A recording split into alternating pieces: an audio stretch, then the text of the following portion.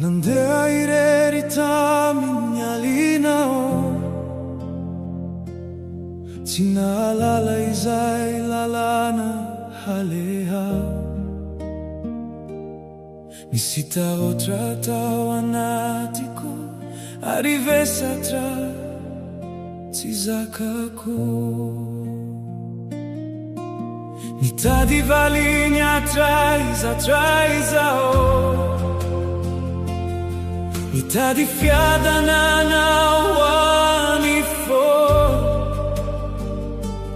kanjo very tao anaty haizina tsy nahita izay fikirana. Tonga Tamiko ny Hazavana, tonga na mirapiratra tao nandroakany alina rehetra ary nanome fanantenana.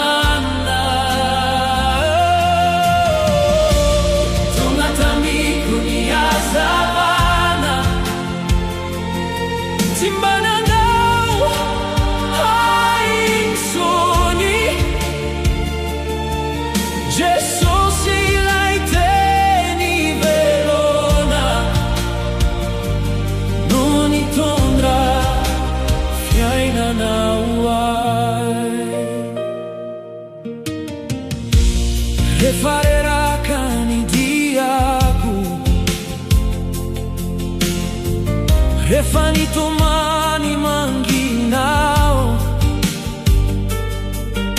tsy lavitray anao Tompo, fa nanatona ay tsikelikely.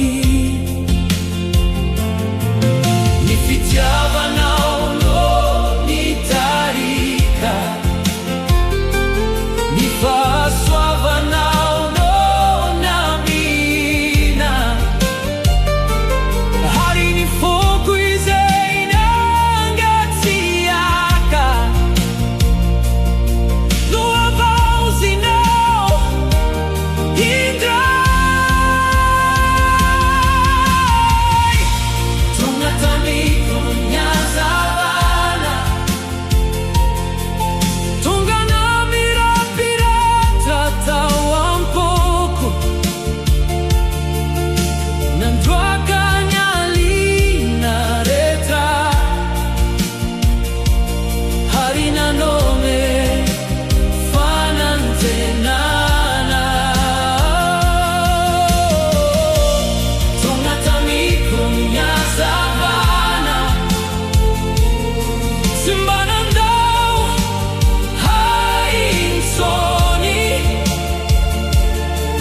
Jesosy ilay teny velona no nitondra fiainana hoay. Na mbola hisy aza ny alina, tsy atahotra intsony aho, fa ny Hazavana avy aminao. Nitarika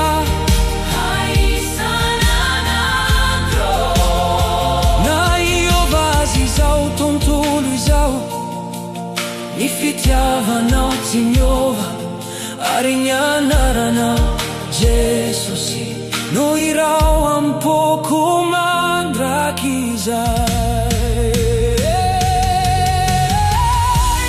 Tonga Tamiko ny Hazavana, naleno ny fiainako rehetra. Tonga Tamiko ny Hazavana, ary velonao anatiko Jesosy ilay Hazavana, Jesosy ilay famonjena, Jesosy ilay teny velona